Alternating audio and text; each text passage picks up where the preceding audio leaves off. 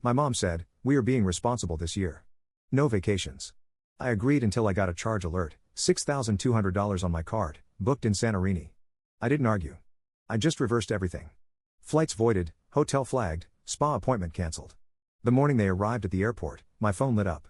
"Why did you sabotage us?" they asked. I replied, "Why did you lie?" Then I blocked the group chat. The next day at 7 a.m., they were at my door. After that morning, they were no longer my family. Not in any way that mattered. There wasn't a dramatic fight, no screaming match that tore us apart. It was quieter than that. A slow, building rot that finally collapsed in on itself the moment I realized how long they'd been using me and how naturally they lied about it. It started on a rainy Sunday in January. I was visiting my parents for dinner, the usual tired casserole and awkward small talk while my niece watched cartoons way too loud in the living room. At one point, my mom looked over and said, "We are being responsible this year. No vacations, too much going on." She said it like it was a group decision. Dad nodded. Rachel chimed in, saying she'd already canceled the girls' weekend she'd been planning. I almost laughed. They'd never been responsible about anything, Rachel especially. She still hasn't held a steady job since her second kid, unless you count the Instagram boutique that sold knockoff yoga pants for 3 weeks. Most days, she dropped the kids off with a neighbor or one of her flaky friends so she could clear her head. Meanwhile, my parents acted like she was doing her best, like she wasn't leaving a 5-year-old and a toddler in random people's living rooms for hours.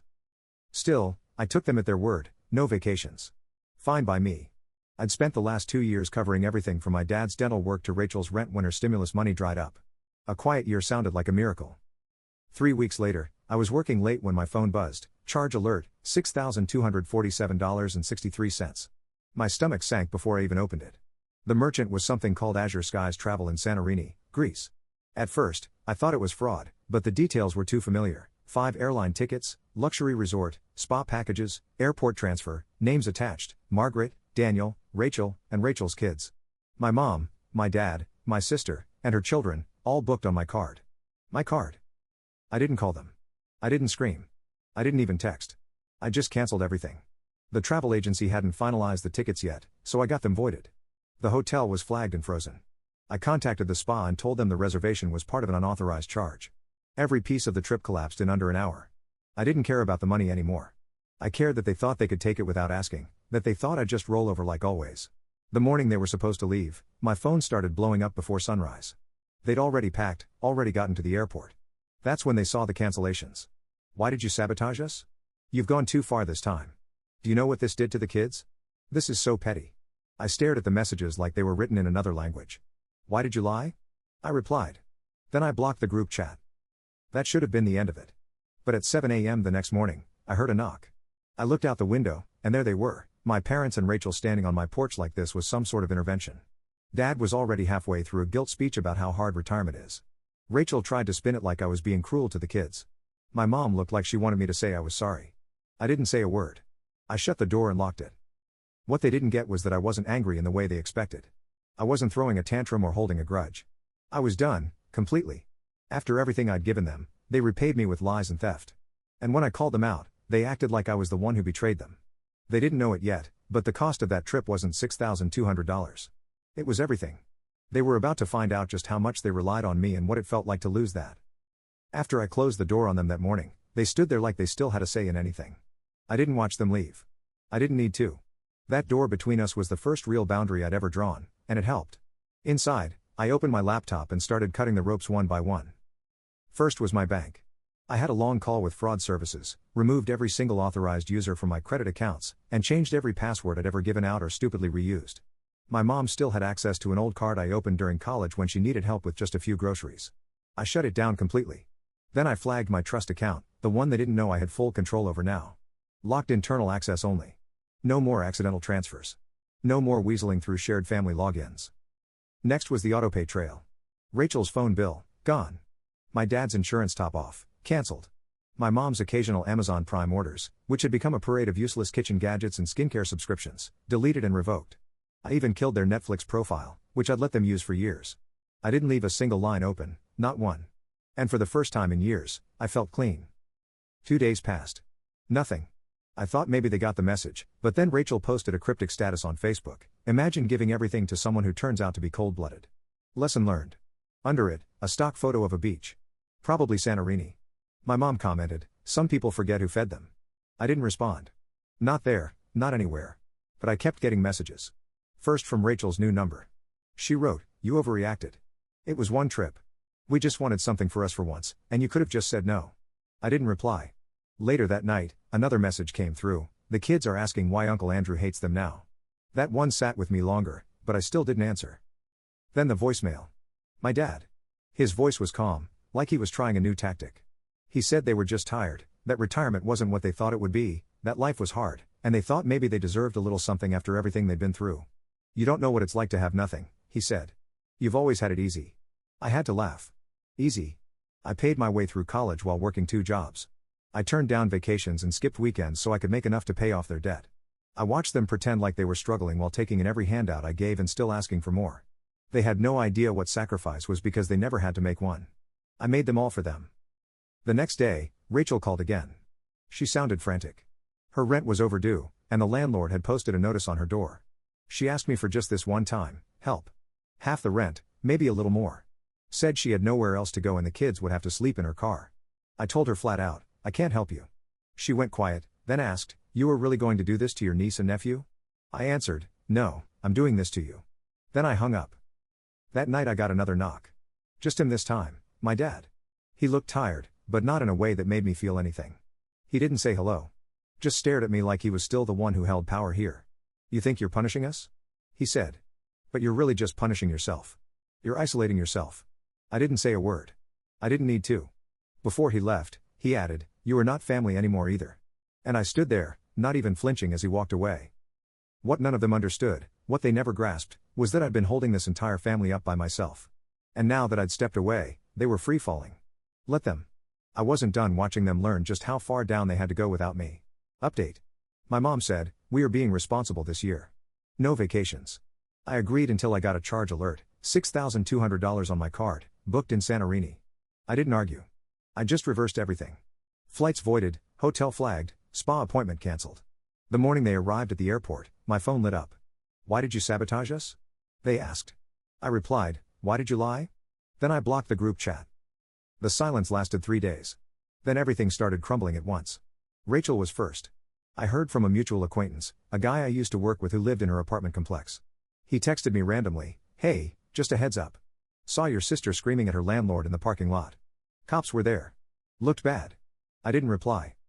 Later that night, I got an email from Rachel. She didn't bother with pleasantries. Just the subject line, "You are ruining us."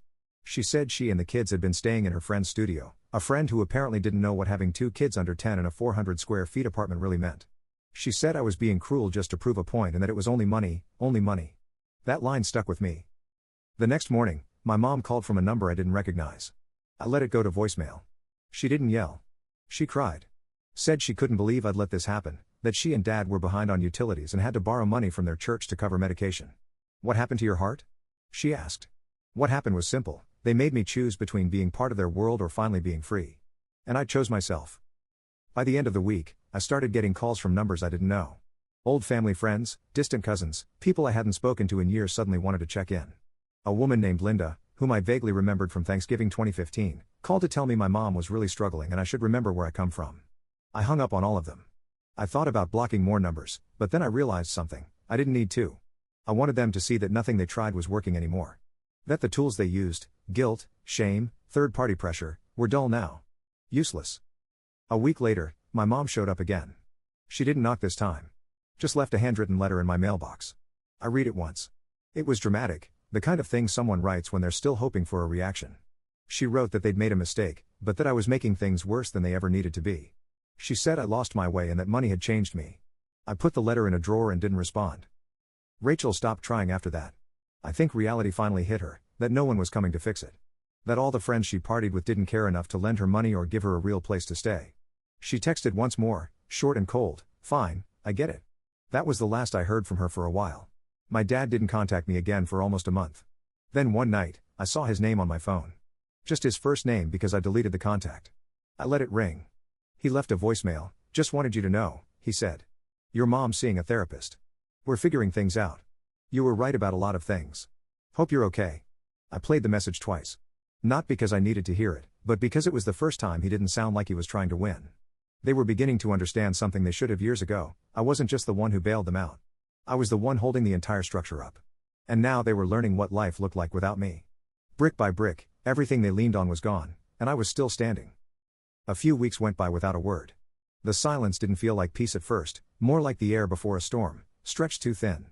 But still, no messages, no knocks, no surprise visits. For the first time in years, my phone didn't feel like a grenade. Then one Thursday afternoon, my assistant buzzed my office. "There's a woman here asking for you," she said. "She says she's your mother." I froze. She had never come to my job before. I walked to the lobby, and there she was, standing awkwardly next to a planter, trying to look composed in a borrowed-looking blazer and flats she clearly wasn't used to wearing. She didn't ask to come in. She just said, "I wanted to say something to your face." I waited. She said they weren't okay. That things had fallen apart more than I probably knew, that she took a part-time job at a bakery, that Rachel was working, too. That she understood why I did what I did. Then she looked down at her hands and added, "We never saw you as the one carrying everything, and that was our failure." Then she left. No plea, no tears, no mention of money. That night, I found a card slid under my front door. It was from her. A short note. She said the work was hard, but she didn't mind. Said she liked being around people again. She said she hoped one day I'd visit her at the bakery, even just once. I didn't know what to make of it. I didn't trust it, not yet. But something about it felt different. Then came Rachel. She texted late one night, long after I thought she'd given up. Said she found work in a call center. Minimum wage, rough hours, but she said she wasn't asking for anything. Just wanted me to know she was doing it. Said she'd enrolled the kids in a subsidized childcare program. Then she wrote, "It's not your job anymore." I get that now. I reread that line 3 times. But just when I thought things might be shifting, I got a call from my bank's fraud team. Someone had tried to gain access to my trust account. It wasn't Rachel. It wasn't my mom. It was my dad. He used the name of an old financial advisor we all once knew, someone who helped manage their accounts before I took over the books. He called pretending to represent me, giving partial credentials, asking for simple clarification on access rights. The only reason I knew it was him was because he used an old passphrase he'd heard me say once, back when I still shared things with them. The bank flagged the attempt and froze the account just to be safe. Nothing got through, but the fact that he tried quietly and behind everyone's back undid every inch of progress they'd claimed. I didn't text. I didn't call. I drove to their house. My mom answered the door looking exhausted. I could tell she thought maybe I'd come to talk, maybe to reconcile. But when I asked where my dad was, her face changed. She knew. He was in the living room, acting like nothing had happened. I asked him directly, "Did you try to access the trust?" He didn't deny it. He said, "I didn't think you'd find out. I just wanted to check if you were okay." That lie didn't even make it past his own voice. I looked at both of them and told them clearly, without raising my voice, the money was gone. Not literally, but for them. It no longer existed. There would never be another cent. No soft-hearted reconsideration. No temporary help. They had burned it. My mom tried to explain. Said she didn't know that she thought he was done with all of that. But I didn't stay. I walked out before it turned into a speech. I spent the drive home thinking about what it meant to be free from your own family. Not angry, just done. That night, Rachel sent a single message, "I didn't know he tried that. I'm not part of it. Please don't shut me out again." I didn't reply. Not yet. Because if they wanted to earn anything back, they were going to have to keep surviving without me. Really survive. No begging, no shortcuts. And if they didn't, I wasn't going to stop them. I'd already let them fall. Watching them stay down wasn't cruelty. It was just gravity finally catching up. They stopped calling after that. My dad especially. Whatever lie he was telling himself about still having some grip on my life, that broke the night I told him the money was gone. My mom sent one more card about a week later. No note inside. Just a bakery business card with her schedule scribbled on the back. I didn't throw it away, but I didn't use it either.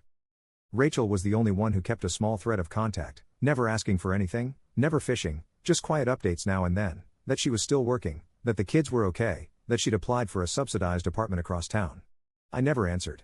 I just read them and moved on. And maybe that was enough for her. Final update. My mom said, "We are being responsible this year. No vacations." I agreed until I got a charge alert, $6,200 on my card, booked in Santorini. I didn't argue. I just reversed everything. Flights voided, hotel flagged, spa appointment cancelled. The morning they arrived at the airport, my phone lit up. "Why did you sabotage us?" they asked. I replied, "Why did you lie?" Then I blocked the group chat. By then, the trust was locked so tight no one could so much as breathe near it without setting off alarms. I moved some assets around, tightened the accounts, even sold off a couple of the shared investments I once opened with my dad to teach him about long-term planning. Every dollar I earned from that went into a separate account under a different name, out of reach. Not because I needed to, but because it felt like finally sealing a door shut. A month later, I got a call I didn't expect. It was from a man named Malcolm, an old friend of my dad's I hadn't seen since I was a teenager. He said he ran into my mom at church. Said she told him everything had fallen apart and that they were trying to make things right. He asked me to give them a chance to explain. I almost hung up, but then he said something that stuck. She said they don't need your money. They just want to matter to you again. That line sat in my head longer than I liked. Around the same time, Rachel texted me a photo. It was of a printed flyer on a community center wall, budgeting basics, free class, with her name at the bottom as a volunteer assistant. She didn't say anything with it. No caption, just the image. I didn't respond, but I didn't delete it either. A few weeks passed. I was out running errands when I pulled into a parking lot and saw something that made me stop cold. My dad, standing outside a public library, handing out flyers for something. I didn't know what at first. I watched from the car. It was for a job fair sponsored by the city. He wasn't working it, just volunteering, talking to people, telling them which tables to go to, laughing awkwardly, looking smaller, like a man who knew he had nothing left to cash in on. I didn't speak to him. I didn't walk over, but I drove away slower than I meant to. Later that night, my mom sent another card. Inside was a photo of her at the bakery, holding a tray of pastries, smiling for what looked like a company website. She wrote, "I hope you're proud of us, even a little. I know we didn't deserve it." And I realized something I hadn't expected. I was proud. Not because they were succeeding, but because they were failing forward without me. They weren't better people yet. Not fully. They weren't healed. They weren't trustworthy. But for the first time, they weren't lying to themselves. And that, more than anything, might have been what I needed to see. Still, I wasn't ready to give them access again. Not to me, and definitely not to my trust. That account wasn't just money anymore. It was everything they'd used me for, everything I'd had to claw back. But they didn't know it yet. I had one more thing to do, one more boundary to set. And then maybe, just maybe, I'd offer them something close to a last chance. 3 months had passed since I had cut them off completely. Long enough for them to learn how to live without me and for me to find out who they were when there was nothing left to take. Rachel had kept sending the occasional text, always simple, never pushing. One day, it was just a picture of the kids helping fold laundry. Another time, a blurry photo of a budget spreadsheet she was proud of, as if that was her version of climbing Everest. I never replied, but I read every word. My mom had stopped sending cards. I figured she'd given up. But then one morning, a plain envelope arrived with no return address. Inside, a short letter, 5 lines. All it said was, "We can't fix what we broke, but we're not pretending anymore. That's something. If you ever want to sit across the table with us, we'll show up. No strings." I didn't call. I didn't write back, but I thought about it a lot. That same week, I got an email from my attorney. He said there had been another inquiry into the trust account. Not fraudulent this time, just a legal question submitted through a third party, anonymous, but obvious. They were trying to find out if the door was open again. That's what made up my mind. I set a meeting, a neutral place. Saturday afternoon, a quiet cafe near the edge of the city. I texted Rachel the time and address. Said she could bring the kids if she wanted, or not at all. She didn't answer, just hit the little thumbs up on the message. When I walked in, they were already there, my mom, Rachel, and my dad. No kids. That surprised me. They looked tired, but not pitiful. They didn't try to hug me. Didn't rush to speak. Just sat in silence until I sat down. I laid it out immediately. I told them I saw the changes. Then I noticed they were surviving, working, showing up, making it work without leaning on me. Then I said the one thing they probably didn't expect, "I'm giving you one last chance." Their faces changed, but I kept going. But it's not money. It's not access. There's no password, no fund, no support account. I told them the trust was sealed permanently. They would never see a dime from it again. Not now, not ever. They didn't argue. Not even my dad. That was the biggest shock of all. Instead, he said, "Okay, just that, nothing else." We sat there in silence for a while. Then Rachel asked if we could do this again sometime, not a handout, just lunch. I nodded once. That was all I could give her. As I stood to leave, my mom reached into her bag and handed me a photo. It was old. I hadn't seen it in years, me at 12, sitting at the table with a toy calculator and a fake bank ledger I used to play with. She smiled and said, "You were always the one who knew how to hold it together." I took it. I didn't smile. I didn't speak. But I didn't throw it away either. As I walked out, I realized they finally understood something I'd stopped hoping they would. I wasn't just the one who gave. I was the only one who ever knew what it cost. And this cautious, quiet distance, it was the best we were ever going to get.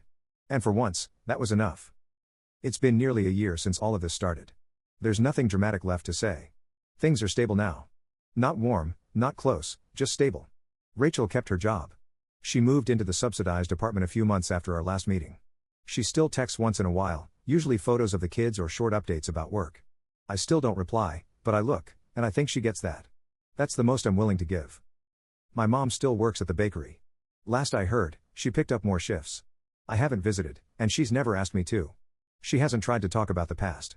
I think she knows it wouldn't change anything now. My dad hasn't contacted me at all since the last time we sat across from each other at that cafe. He didn't apologize again. Didn't try to explain anything. He just accepted what was said, that the money was never coming back and that I was no longer someone he could manipulate. That silence has been the biggest piece of all. There have been no new requests, no emergencies, no one last favors. For the first time in my adult life, no one's leaning on me. The trust account is still there, untouched, fully locked. I check it once a month just to remind myself what boundaries look like when they're respected. We're not a family anymore, not in the way we used to be, and I'm fine with that. What exists now is something simpler.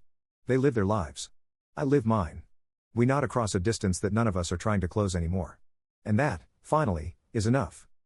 Sometimes I run into people who used to know all of us back when we still played the part of a normal family. They ask how everyone's doing. I just say they're fine and change the subject. I don't owe anyone the full story. Most wouldn't believe it anyway. Every now and then, I think about reaching out, a text maybe, or just showing up at that bakery once, but the moment passes because the truth is, I don't miss the version of them that used to be in my life. I miss the version I wish they could be, and I've accepted they were never that. People always say family is everything. Maybe for some it is, but for me, cutting them off wasn't a loss. It was a beginning.